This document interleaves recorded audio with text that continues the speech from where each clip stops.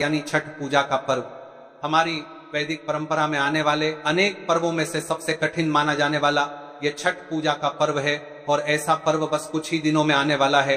तो चलिए आज के इस वीडियो में जानते हैं कि इस बार छठ पूजा कौन से दिन आ रही हैं, इस दिन के शुभ मुहूर्त कौन से हैं, नहाय खाए कौन से दिन से शुरू होगा और सप्तमी तिथि पर छठ पूजा पर्व का समापन करते हुए प्रातः काल में सूर्य देव को अर्घ देने का समय क्या रहेगा। इन सभी विषयों पर आज हम विस्तार से चर्चा करने वाले हैं, तो अंत तक इस वीडियो में बने रहिएगा और अगर अच्छा लगे तो इसे लाइक करके बाकी परिवारजनों को भी शेयर कर दीजिएगा।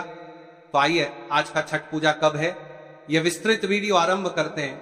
इस बार छठ पूजा का मुख्य पर्व मनाया जाएगा 27 अक्टूबर 2025 सोमवार के दिन।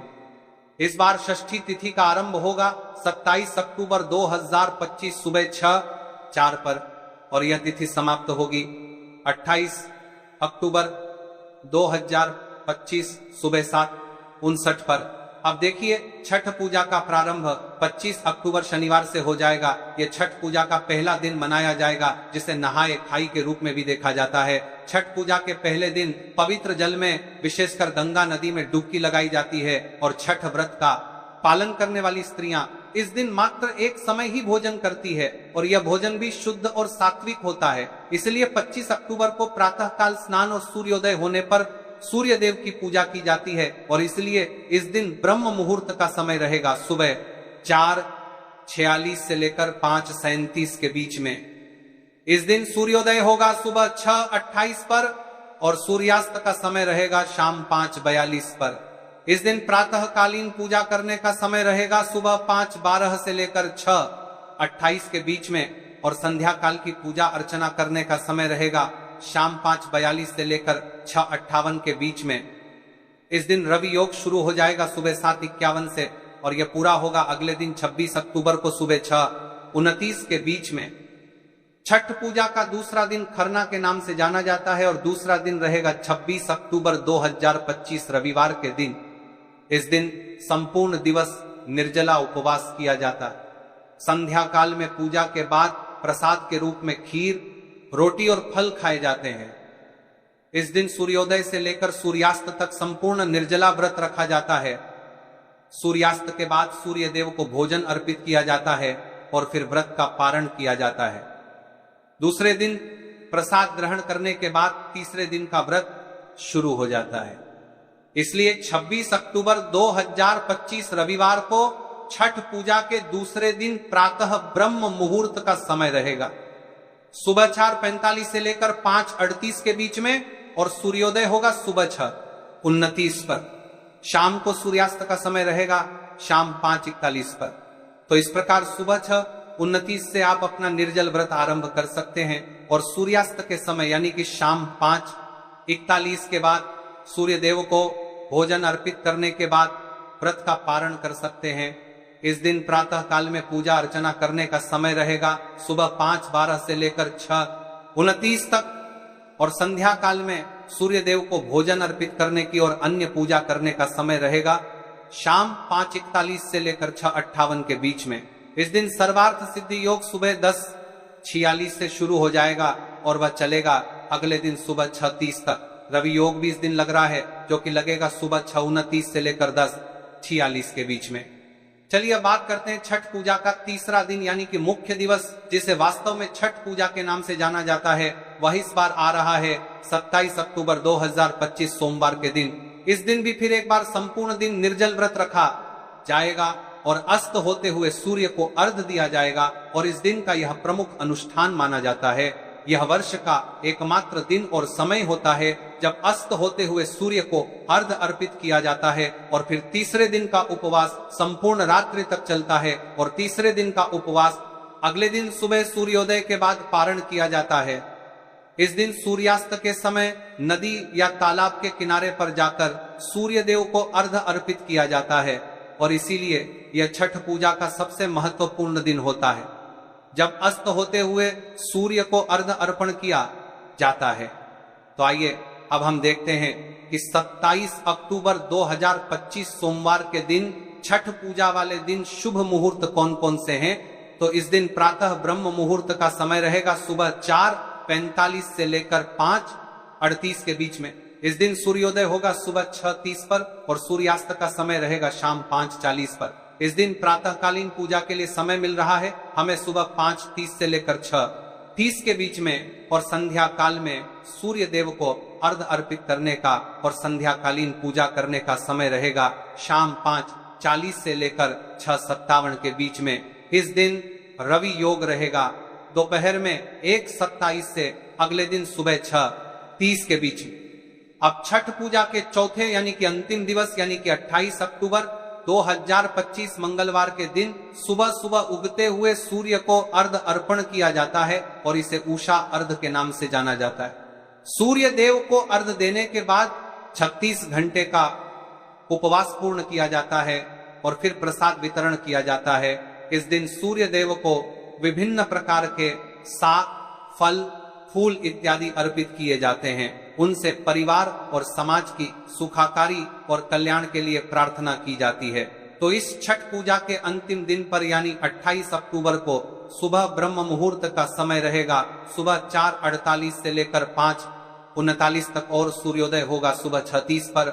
इस दिन प्रातःकालीन पूजा अर्चना के लिए समय रहेगा सुबह 5:13 से लेकर 6:30 बजे तक का। छठ पूजा के इस अंतिम दिन पर विशेष त्रिपुष्कर योग बन रहा है जो कि शुरू हो जाएगा दोपहर में 3:45 से और यह पूरा होगा अगले दिन सुबह 6:31 पर। और रवि योग बन रहा है सुबह 6:30 बजे से लेकर दोपहर में 3:45 पर।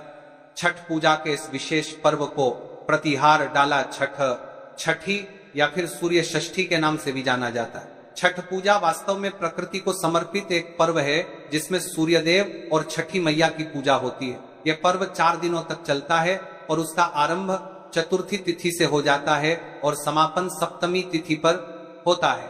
छठ पूजा वाले दिन इस व्रत का पालन करने वाले भक्त कमर तक जल में प्रवेश करते हैं और फिर सूर्य देव को अर्घ्य प्रदान करते हैं। यह पर्व भगवान सूर्य देव को समर्पित है। छठ पूजा के 4 दिनों में भगवान सूर्यनारायण देव की पूजा की जाती है और यह व्रत मुख्य रूप से स्त्रियां अपने संतानों की कुशलता और परिवार की सुखाकारी के लिए करती हैं।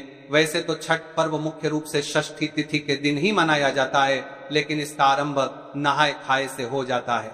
यानी छठ पर्व की शुरुआत में पहले दिन नदियों में स्नान करके भात, कद्दू की सब्जी और सरसों का साग एक समय खाए जाते हैं। दूसरे दिन खरना किया जाता है जिसमें शाम के समय प्रति गुड़ की खीर बनाकर छठ मैया को भोग लगाते हैं और फिर पूरा परिवार इस प्रसाद को ग्रहण करता है। तीसरे दिन छठ का पर्व मनाया जाता है जिसमें अस्त होते हुए सूर्य को अर्घ दिया जाता है और इस दिन निर्जल व्रत होता है। और चौथे दिन सप्तमी तिथि को उगते हुए सूर्य को अर्घ देकर छठ पर्व को समापन किया जाता है। इस दिन भगवान सूर्यनारायण को भोग में ठेकुआ, मालपुआ, चावल के लड्डू, फल और नारियल अर्पित किए जाते हैं। छठ पूजा को सबसे कठिन व्रतों में से एक माना जाता है क्योंकि इसमें 4 दिनों की अवधि के दौरान भक्त कठोर नियमों का पालन करते हैं। यह व्रत परिवार की सुख समृद्धि, संतान के दीर्घायु और रोग मुक्त जीवन के लिए किया जाता है। छठ पूजा के 4 दिनों के दौरान भगवान सूर्यनारायण की पूजा अर्चना करने से हमें नवीन ऊर्जा और सकारात्मक ऊर्जा की प्राप्ति होती है।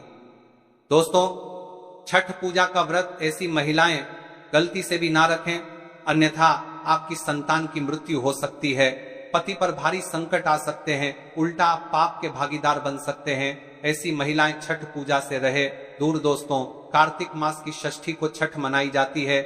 छठे दिन पूजी जाने वाली षष्ठी को बिहार में आसान भाषा में छठी मैया कहकर पुकारना है। यह त्योहार अपितु महाराष्ट्र, झारखंड, उत्तर प्रदेश तथा पश्चिम बंगाल, यहाँ तक कि विदेशों में रहने वाली महिलाएं भी भली भांति इस पर्व को मानती हैं। मान्यता है कि छठ पूजा के दौरान पूजी जाने वाली यह माता सूर्य भगवान की बहन है, इसीलिए लोग सूर्य को अर्घ्य देकर छठ मैया को प्रसन्न करते हैं।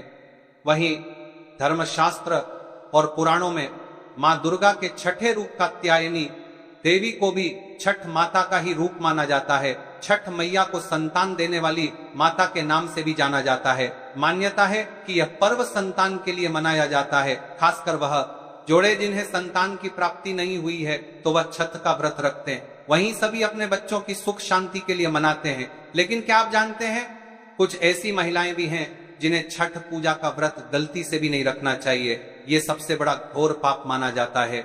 महिलाएं ऐसी गलती कभी ना करें। तो चलिए जानते हैं। देखिए, सबसे पहले अपनी राशि कमेंट बॉक्स में जरूर डाल दीजिएगा।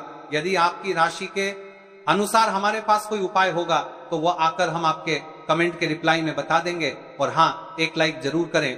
जय हो छठी मियाँ की। दोस्तों, शास्त्रों के अनुसार जो लोग अधूरी शादी करते हैं वह शास्त्र का अपमान करते हैं। अधूरी शादी जैसे कि कोर्ट मैरिज और शादी के बिना ही संतान की उत्पत्ति कर देना सबसे बड़ा पाप है। ऐसे में छठ पूजा का व्रत ऐसे लोगों को अपनी संतान के लिए कभी नहीं रखना चाहिए, क्योंकि आपने हिंदू रीति रिवाजों के अनुसार 7 फेरे नहीं लिए। और वहीं बिन शादी के जब ऐसे लोग साथ में रहते हैं तो समाज में ऐसा रिश्ता कलंकित होता है। दोस्तों, बहुत से लोग ऐसे हैं जो भागकर शादी करते हैं और परिवार को दुखी कर देते हैं, माता पिता को समाज में कलंकित देते हैं, माता पिता को रुलाते हैं, परिवार को रुलाते हैं, समाज को बदनाम करते हैं। ऐसे लोग पूरे जनजीवन समस्त संसार के लिए श्रापित हैं। देखिए, परिवार को रुलाकर हमेशा रिश्ते अनर्थ ही होते हैं, रिश्ते जुड़ते नहीं हैं। इसीलिए जो लोग भागकर शादी करते हैं और कोर्ट मैरिज कर लेते हैं, 7 फेरे नहीं लेते, हिंदू रीति रिवाज के साथ शादी नहीं करते, विवाह नहीं करते, तो उनके लिए यह व्रत उचित नहीं है। 7 फेरे का मतलब होता है आपने अग्निदेव का आशीर्वाद लिया, 33 कोटि देवी देवता का आशीर्वाद लिया, माँ बाप का आशीर्वाद लिया, परिवार का आशीर्वाद लिया, समाज को सम्मान दिया। मतलब अब आप पूज्य योग्य हैं, आप भगवान की सेवा कर सकते हैं, आप कोई भी व्रत आदि परंपरा के साथ कर सकते हैं। यदि जिस स्त्री को हल्दी ना लगी हो, जिस पुरुष को हल्दी ना लगी हो, ऐसा विवाह भी अशुभ होता है। शादी में हल्दी अवश्य लगना चाहिए, तभी ही आप व्रत आदि रख सकते हैं, पूजा पाठ कर सकते हैं, किसी भी मांगलिक कार्य में आप शामिल हो सकते हैं। इसीलिए ऐसी स्त्री किसी भी धार्मिक कार्य में तभी सफल व शामिल हो सकती है जब वह अग्नि के साथ फेरे ले ले। ऐसी शादी को ही शास्त्रों में सर्वश्रेष्ठ माना जाता है। ऐसे में अगर आपकी अधूरी शादी है तो आप छठ पूजा कभी ना करें। आपके ऐसा करने से छठी मैया का अपमान माना जाएगा और आपको पाप लग सकता है। दोस्तों, शास्त्रों के अनुसार इस व्रत को सच्चे मन से रखना चाहिए। दोस्तों, नंबर 1, सूर्य भगवान को अर्घ्य देने के लिए तांबे का लोटा ही प्रयोग करें, लेकिन भूलकर भी चांदी, स्टील, शीशा और प्लास्टिक के बर्तन से अर्घ्य नहीं देना चाहिए। इससे व्रत टूट सकता है।